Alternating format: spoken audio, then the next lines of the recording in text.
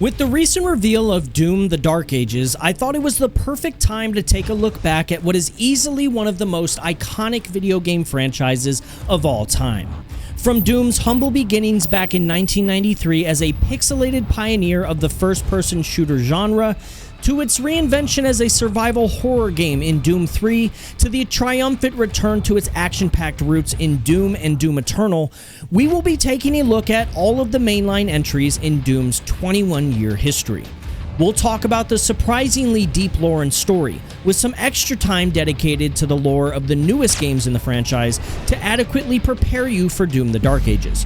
We'll also touch on the turbulent development history and the general gameplay loop and the critical reception of each game. Believe me when I tell you, the history of this franchise is incredibly fascinating. This is the entire brutal history of Doom. The game that started it all, simply named Doom, was released in 1993 for MS-DOS by id Software.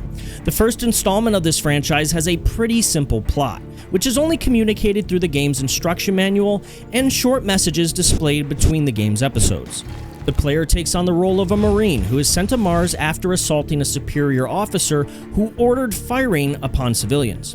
After arriving to Mars, the Marine works with the Union Aerospace Corporation, or UAC, a company that has developed interdimensional travel and created teleportation gates on Phobos and Deimos, the moons of Mars. These teleportation gateways malfunction and result in the deaths of everyone except the Marine, who is left with only a pistol and brass knuckles to fight through hordes of demons and undead humans. Doom consists of 3 episodes which progress from fighting on bases of Phobos and Deimos to eventually seeing the Marine travel within Hell itself.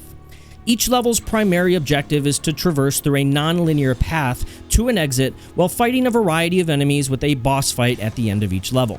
The player is initially only armed with a pistol, but has the opportunity to pick up more weapons as the game progresses, including a shotgun, a plasma gun, a chainsaw, a rocket launcher, and the fan favorite, the BFG 9000. Power-ups are also a possibility and include options to increase armor and health, a backpack that increases carry capacity, and power-ups that give things like partial invisibility, suit upgrades that prevent radiation exposure, and even grant berserker melee abilities. Doom 1 even had 2 multiplayer modes, added only 1 month before release. John Carmack coined the first game mode Deathmatch, which is the first instance of that term ever being used in video games. This involved up to 4 players competing against each other in various smaller scale arenas. The second mode allowed up to 4 players to play through the entire campaign together. It is worth noting that players did have to download third-party applications to get the multiplayer modes to work though, and remember, this game came out in the early days of multiplayer gaming. Now, as far as development goes, development on Doom started in 1992 by id Software co-founder John Carmack. While the rest of the studio focused on creating for Wolfenstein 3D, Carmack instead began to work on a new game, which would later become Doom. He was joined by John Romero, Adrian Carmack, Kevin Cloud, and Tom Hall. The films Aliens and Evil Dead 2 provided inspiration for the game, along with a Dungeons & Dragons campaign that developers were playing around the time. They were also inspired by the sounds of a neighboring dental office, which undoubtedly contributed to the horrific atmosphere of the game. At the time of release, the game was renowned for its 3D graphics. Interestingly enough, though, the graphics were actually rendered in 2D, with height differences added in separately to simulate a 3D look and perspective. This technique is also known as billboarding or 2.5D. The game was self-published in December 1993. The first episode was uploaded to the internet where it could be distributed via shareware, and the following 2 episodes could only be purchased through mail order. Yes, I said mail order. Remember, this is all the way back in 1993. As far as reception, Doom was a critical and commercial success upon release, selling over 3.5 million physical copies and over 1 million shareware copies, while also being named Game of the Year by PC Gamer US and UK, Games Radar UK, and Computer Gaming World. The reviews were overwhelmingly positive and praised the gameplay, 3D graphics, and art style. Fans embraced the game wholeheartedly, coining the nickname Doom Guy for the main character, who would remain officially unnamed for years. Speedruns became popular, with fans competing to finish the game as quickly as possible. And though Doom was not the first ever first-person shooter game, it would eventually be credited as the father of the first-person shooter genre, since Doom is the game that really propelled the genre into the mainstream. The sequel, Doom 2: Hell on Earth, was released just 1 year later in 1994 for DOS. The player again resumes the role of the Marine from the first game, who returns to Earth only to discover that the planet had been invaded by demons. The last of humanity attempts to escape, but demons have blocked the only spaceport with a force field, trapping everyone on Earth and killing all other soldiers until only the Marine remains. This guy really can't catch a break, huh? He fights his way through the spaceport to eventually clear it and disable the force field, which allows the last surviving humans to escape into space. The Marine is then left alone on Earth when he receives a transmission from the humans who made it out. They have discovered that the source of the demon invasion has been tracked back to the Marine's hometown. The Marine fights his way through the town and discovers a portal to Hell. He returns to Hell and takes out more demons, leading to a fight which culminates in a final boss battle against a massive demon named the Icon of Sin. Killing that boss results in the destruction of Hell and seals the portal between Hell and Earth, and the Marine begins his journey home. In terms of gameplay, Doom 2 is fairly similar to the first game in the franchise, but several new types of enemies were added, as well as a larger, more complex map. The weapons were largely the same, with the addition of a double-barreled shotgun called the Super Shotgun, which has since become iconic, and some new power-ups. There are 30 regular levels and 2 secret levels, all of which remain non-linear, with bonuses that reward the player for exploring.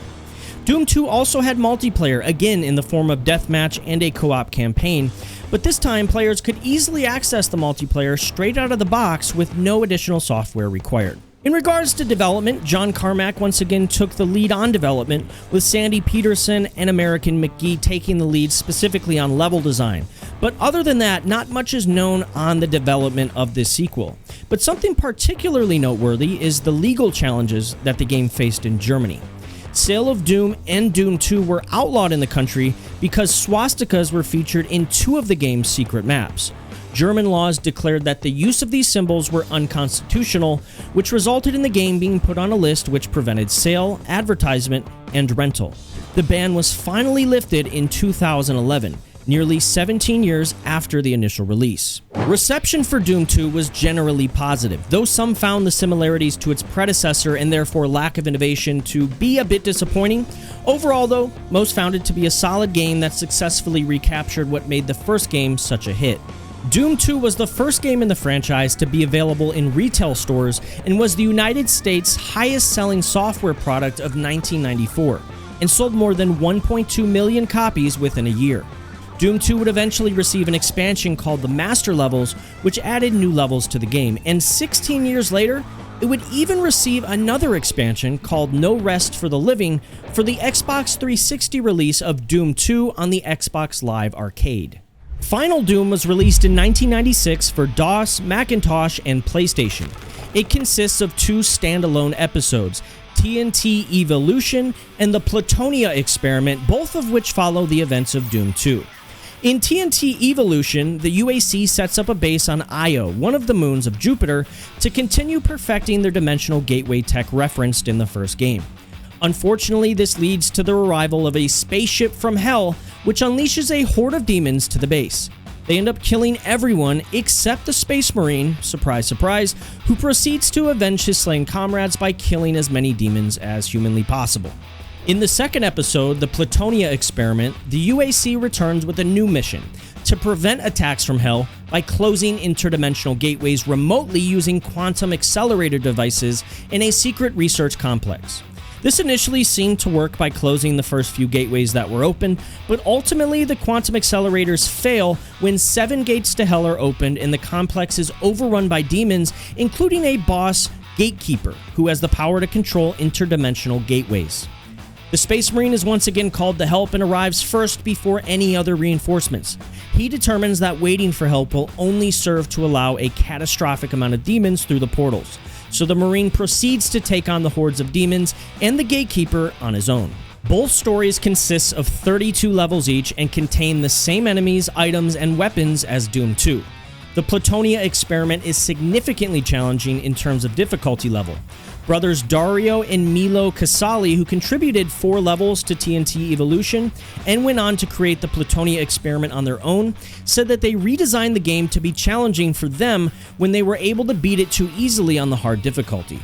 Now, development on Final Doom was a bit different than previous titles. Final Doom was developed by Team TNT and the Casali brothers, and published by id Software.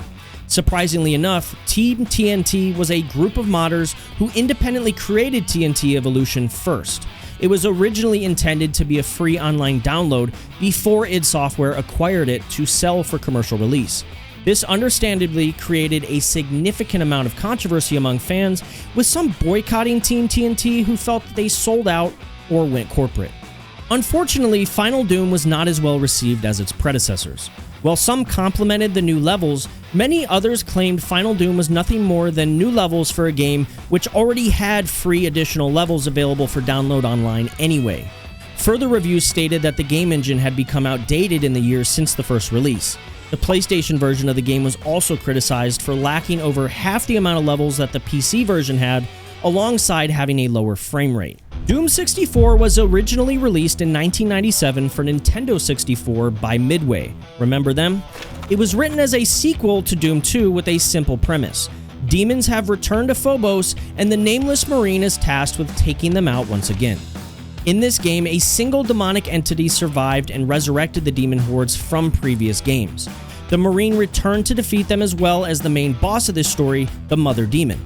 Ultimately, the Marine decides to remain in Hell and continue fighting to ensure the protection of humanity. Core gameplay for Doom 64 is fairly similar to the previous games in the franchise so far, with the player having to progress through 28 levels and 4 secret levels.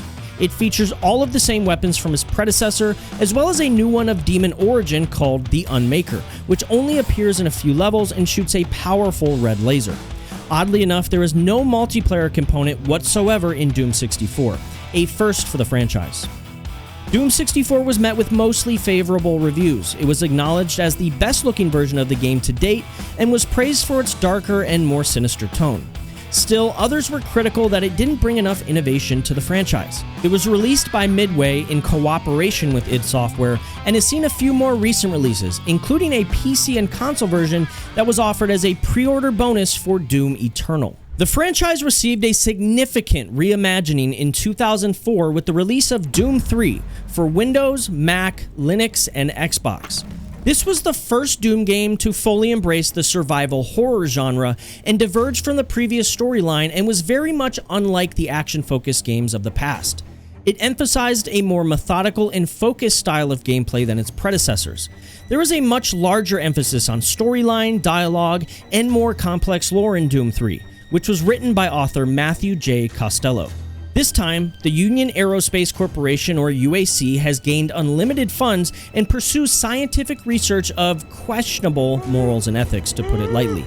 The player's character, again an unnamed space marine, is sent to the UAC's base on Mars alongside with UAC counselor Elliot Swan and his bodyguard Jack Campbell. Upon their arrival, the planet is of course invaded by demons from Hell. The player is given orders via radio by Superior Officer Master Sergeant Thomas Kelly, also known as Sarge. Over the course of the game, the Marine discovers that an archaeological dig on Mars led to the discovery of teleportation technology, establishing a portal to Hell, and an artifact called the Soul Cube. One of the head scientists at the base, Dr. Malcolm Betruger, is revealed to be working with the demonic forces to enslave humanity. Betruger removed the Soul Cube from Mars and took it with him through the portal, leaving it in Hell. The Marine travels to Hell and back to the base, where UAC Counselor Swan has been injured by Sergeant Kelly, who has been working with the demons all along. Swan's bodyguard, Jack Campbell, goes after Sergeant Kelly, but Kelly gravely wounds Campbell and steals his weapon, the infamous BFG 9000. The Marine kills Sergeant Kelly, takes the BFG 9000, and discovers the Hellmouth, which is guarded by the Cyber Demon. Using the Soul Cube, the Marine is able to defeat the Cyber Demon and closes the portal to Hell. In the final scene of the game, Dr. Betruger is shown to have become a dragon-like demon in Hell called the Maledict, leaving players on a massive cliffhanger. Multiplayer was present in Doom 3, being 4 different versions of Deathmatch for up to 4 players, but it was very lackluster and basic. Eventually, Doom 3 would receive an expansion called Resurrection of Evil, where the player count was raised to 8. Now, it wouldn't be a Doom game without controversy, and the development of Doom 3 featured plenty of behind-the-scenes controversy. John Carmack, the game engine designer of id Software that we've mentioned numerous times throughout this video, proposed a remake of Doom in 2000 using next-gen technology. This proposal was met with opposition by 2 of id Software's owners, Kevin Cloud and Adrian Carmack, who felt that the company was too often revisiting the same franchises in recent history. They were eventually outvoted when the majority of employees presented an ultimatum to either allow the remake to proceed or fire them all. The employees and John Carmack won, and production on Doom 3 began using the id Tech 4 game engine. However, in the end, instead of a direct remake of the original game, the team decided on the new approach that focused more on survival horror, but still told a sort of origin story. Doom 3's soundtrack was originally planned to have been created by Trent Reznor of 9 Inch Nails, who was a fan of the games and had previously done the soundtrack for another id Software title, Quake. Unfortunately, due to logistical issues and contractual challenges, this collaboration never came to fruition. The soundtrack was ultimately produced by the former drummer of 9 Inch Nails, Chris Vrenna, and composed by Clint Walsh.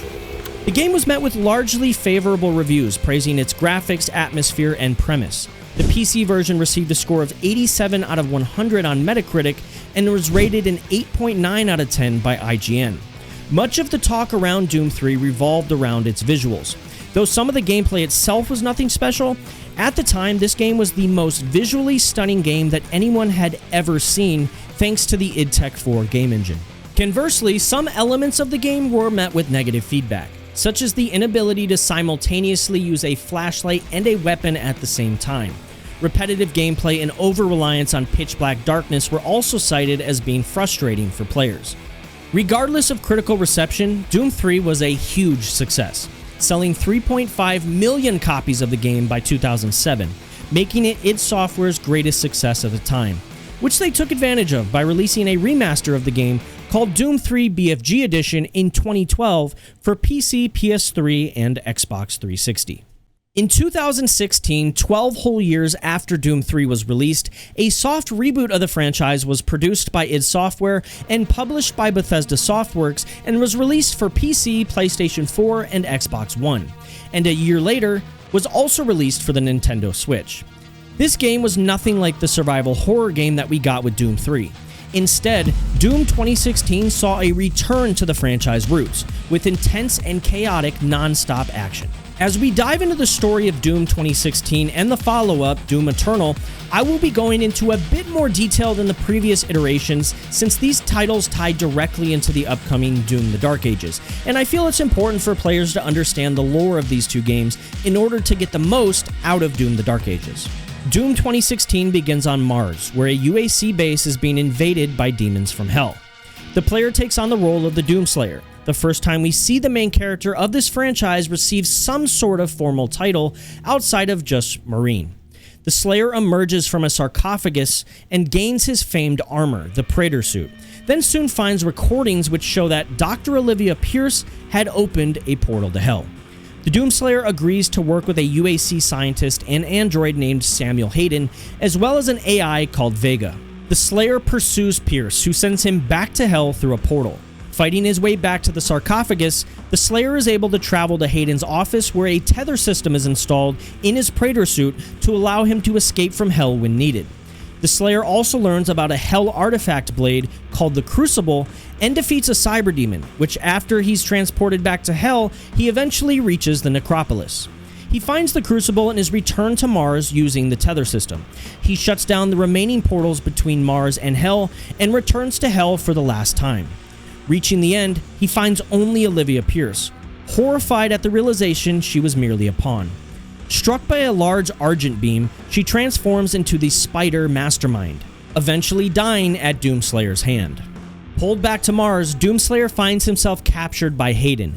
Taking the Crucible for his own ends, he insists that, in spite of everything, research must continue, as humanity needs an answer to its energy needs.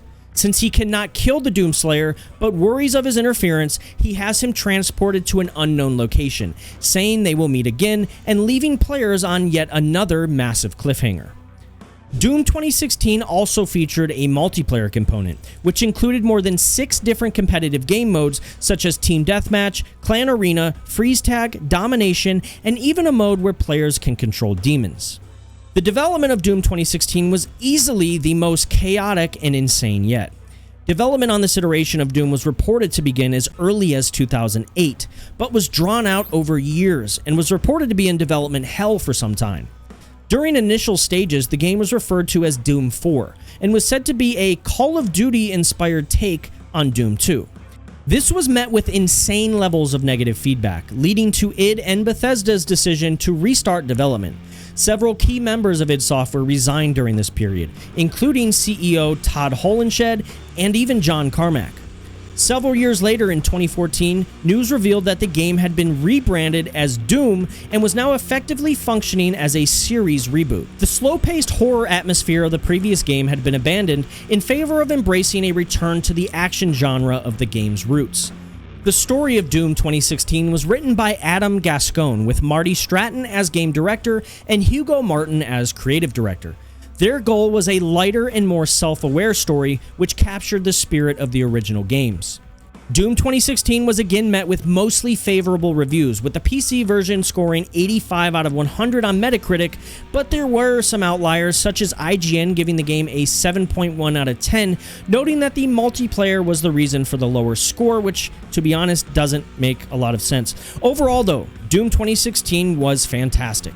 The visual elements and soundtrack received positive feedback, as did the performance on multiple platforms, noting that the game runs incredibly smooth no matter where you play it. It won several accolades, proclaiming it to be one of the best games of the year by various critics and media outlets. The game also did well in sales, with 5.5 million copies being sold on Steam alone. This brings us to the most recent release in the franchise, Doom Eternal, a direct sequel to Doom 2016, which was released in 2020 for PC, Nintendo Switch, PlayStation 4, and Xbox One. It was later released for PlayStation 5 and Xbox Series X and S in 2021. This sequel to Doom 2016 was again developed by id Software and published by Bethesda. Doom Eternal begins 14 years after the events of the previous game. Earth suffers a catastrophic demonic invasion, orchestrated by the corrupted UAC under demonic influence. Most of humanity is decimated or in hiding. The Doomslayer, betrayed once by Samuel Hayden, returns with a fortress controlled by the AI Vega to combat the invasion. His mission is to kill the Hell Priests, who are servants of the angelic Khan Maker, who aims to sacrifice humanity. The Makers are introduced in Doom Eternal for the first time and are an advanced extra-dimensional race that hail from the realm of Urdok. They are a hive mind race led by the Khan Maker. The Maker's species is believed to be ancient and generally consider themselves to be gods and far beyond the lives of other species who they refer to only as mortals. After a handful of levels and several waves of demons, the player eventually arrives to the chamber of Dieg Nilox, the first Hell Priest. After eliminating and beheading Dieg Nilox, he continues his quest and eventually confronts Dieg Raynok, the second Hell Priest. He uses Raynok to learn the location of Dieg Grave, the third Hell Priest, and realizes he is located on Sentinel Prime, a massive city on Argent Denor, the homeworld of the Night Sentinels, an ancient warrior caste that had actually joined the Doomslayer in battle against the forces of Hell before the events of Doom 2016. On Sentinel Prime, flashbacks reveal the Slayer's origins as the Doomslayer, a warrior inducted into the Sentinels for his unmatched combat prowess. In the present, he defies Sentinel laws to kill Dieg Grave and disrupt the Khanmaker's plans. The Khanmaker retaliates by shutting down the Slayer's fortress and revealing her intent to resurrect the Icon of Sin to destroy Earth.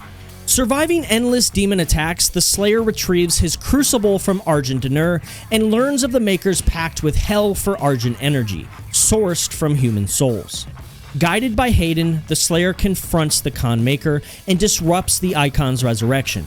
As Hell turns on the Makers, the Slayer kills the Khan Maker and defeats the Icon of Sin on Earth, ending the invasion.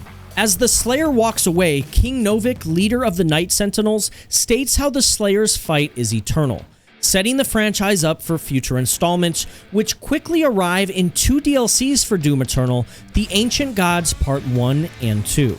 The Ancient Gods Part 1 picks up right where we left off. The Khanmaker's death and Hell's conquest of Urdak paved the way for a renewed demonic onslaught across dimensions, threatening Earth once more. Teaming up with Samuel Hayden and Ark scientists, the Slayer seeks to rescue his ally, the Seraphim, now revealed to be Hayden himself. Embarking on an Ark carrier towards the UAC Atlantica facility, the Slayer battles through demons to reach the Seraphim's containment pod. Hayden requests to be uploaded into the pod, revealing his identity as the Seraphim. The Seraphim's body is going through rapid transfiguration, and he believes only the Father can prevent it. The Father is referred to as the one true God of the universe, and the being responsible for creating multiple dimensions and worlds, including Hell itself, and he even created the Makers. The Father's life force now resides in a life sphere, so the Seraphim task the Slayer with retrieving the Father's life sphere from the blood swamps of Hell to restore the Father to physical form. Despite obtaining the sphere, the Slayer destroys it, opting instead to secure the Dark Lord's life sphere. The Dark Lord being the devil himself, the supreme ruler of Hell. Returning to the Ark carrier, most evacuate upon seeing the Dark Lord's sphere, leaving only an intern who aids the Slayer. They journey to corrupted Urdak, where the Slayer confronts the Seraphim, now corrupted into a demon. After a fierce battle, the Slayer defeats the Seraphim, who is then taken away by the Father. Despite multiple warnings, the Slayer summons the Dark Lord, who manifests as a copy of the Doomslayer himself, known as the Primeval. The events of the Ancient Gods Part 2 picks up immediately after Part 1, with the Doomslayer confronting the Dark Lord in Urdak's Luminarium. Despite attempting to attack, the Slayer is told no blood can be spilled there. Instead, the Dark Lord proposes a challenge: survive and face him in ritual combat in the city of Amora.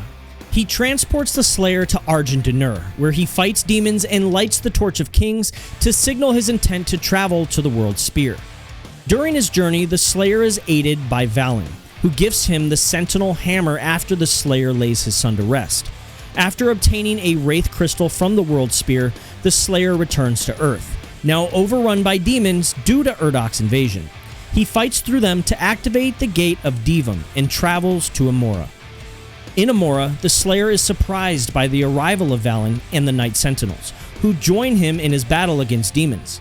They eventually reach the Dark Lord, where a fierce fight ensues. The Dark Lord reveals he is the true Father, and Vega confirms this revelation. Despite this revelation, though, the Slayer defeats the Dark Lord. In his final moments, the Dark Lord asks if the Slayer has any words, to which he coldly replies, "No."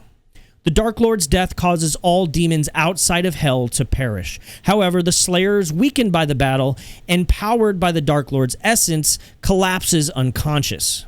The scene transitions to the Slayer being sealed in his sarcophagus at the Ingmar Sanctum by 3 Makers, marking a mysterious and ominous conclusion to the epic battle against Hell's forces, but certainly not closing the door on the franchise with yet another cliffhanger. The multiplayer side of Doom Eternal is called Battle Mode and consists of an asymmetrical 2v1 deathmatch where 2 players take on the role of a demon and the 3rd player takes on the role of the Doomslayer. Within Battle Mode, demon players can take on the role of the Archvile, Mancubus, Marauder, Pain Elemental, Revenant, or Dread Knight and use various abilities to defeat the Slayer. Unlike its predecessor, Doom Eternal's multiplayer component was developed in-house by id Software, and likely because of that, it's actually quite enjoyable. Now, as far as development goes, directors for the previous game, Marty Stratton and Hugo Martin, returned to work on Doom Eternal. It was the first game to be created using the id Tech 7 game engine. Arcade-style action games such as Bayonetta and Devil May Cry were cited as influences for Doom Eternal, as was chess. Game designs were also influenced by a gameplay video from Doom 2016 that was posted to Polygon, where the player didn't seem to grasp the basic mechanics of the game. Hugo Martin noted that they kept that video in mind while creating Doom Eternal with the intention of making the game accessible to everyone, not just the most skilled players. Development of Doom Eternal wasn't without controversy, of course. Conflicting statements were made regarding the team's use of crunch practices. Marty Stratton was quoted as saying, "We were crunching pretty hard most of last year. As they get done, they may need to crunch a little bit," but suggesting that this was the choice of the employees themselves. Also stating, "We have very dedicated people that just choose to work a lot in many cases." Whether employees agreed with that assessment is unclear. In terms of reception, Doom Eternal was met with generally quite positive reviews, as is to be expected for a game of the franchise.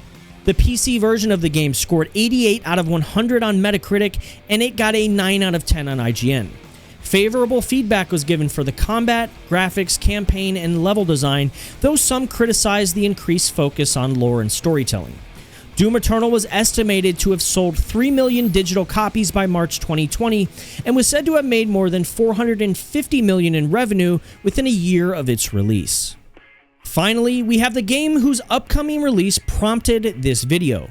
Doom: The Dark Ages is anticipated to arrive sometime in 2025 for PC, Xbox Series X and X, and PlayStation 5. It's said to be a prequel to Doom 2016 and Doom Eternal. Unlike other games in the franchise, The Dark Ages will have a medieval era, dark fantasy setting where we can explore the origin story of the Doomslayer in another single-player first-person shooter campaign. Bethesda's website promises both familiar and new enemies, as well as the return of the Super Shotgun, the brand new Flail, and the incredibly brutal Shield Saw. The Slayer will also be able to use the new Mecha Dragon to traverse the skies, and we even saw glimpses of a giant mech. Sign me up.